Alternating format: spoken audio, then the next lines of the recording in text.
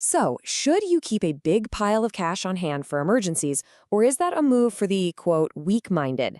It's one of the biggest debates in personal finance, and today we're going to cut right through all that noise and find a surprisingly simple answer. All right, let's just jump right in with a question that starts this whole firestorm. You've got some really smart people out there arguing that a classic emergency fund is a huge mistake, that it's just a drag on your wealth. But then you have others who say it's the absolute bedrock of a secure financial life. So who's actually right? When you really boil it down, this whole debate is basically a clash between two completely different philosophies. The deep need for security today versus the massive potential for growth tomorrow. So on one side, you've got the safety net camp. They see cash as this crucial psychological backstop. It stops you from panic selling your investments when the market tanks. It's basically a form of insurance. But on the other side, you've got the opportunity cost crew, and they look at that exact same pile of cash and see a huge missed chance for growth, a surrender of market returns, and just a major financial drag. Okay, so let's really dig into this first perspective. Why is building a cash fortress seen as so fundamental? I'll tell you. It's about a lot more than just having money for a flat tire. What's really interesting is that this isn't just about playing defense, keeping you from selling stocks at a loss or racking up credit card debt. It's also about playing offense. That cash cushion, that safety net, gives you a psychological backstop. It actually lets you take bigger, smarter risks with your investments, maybe even in your career, all while you're building up that core financial discipline. And this quote from the white coat investor just nails it. Think about it this way. You don't buy car insurance expecting to make a profit on it, right? Of course not. You buy it for protection.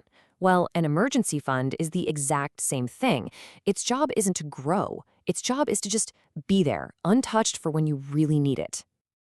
Okay, but that protection, it definitely comes at a price. So let's flip the coin and look at the other side of the argument. What is all that idle cash actually costing you? The argument is incredibly simple. But man, is it powerful. Every single dollar that's just sitting in a low-yield savings account is a dollar that isn't out in the world working for you, growing and compounding day after day. It's a very real, very tangible cost. Let's put some real numbers on this. On a really good day, a high-yield savings account might get you, 1.5%? A lot of the time, that's less than the rate of inflation, which means your cash is literally losing its buying power over time. It's getting weaker. Now, compare that 1.5% to the historical average annual return of the stock market. That gap, that huge difference between 1.5% and 8%, that is the opportunity cost you are paying every single year for the security of holding cash. And over decades, we're talking about a staggering amount of potential wealth just gone. So we've got two really compelling arguments here. One side is playing defense, the other is all offense. But what if? What if the debate itself is the problem? What if by focusing so hard on this one little tactic, we're completely missing the bigger picture? This is where the author J.L. Collins comes in with, frankly, a dose of radical simplicity.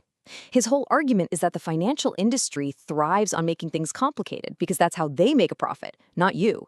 The real power, he says, is in cutting through all that complexity. So here's the crucial point.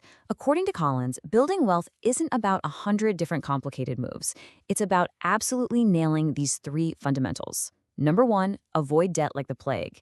Number 2, consistently spend less than you make. And number 3, automatically invest the difference.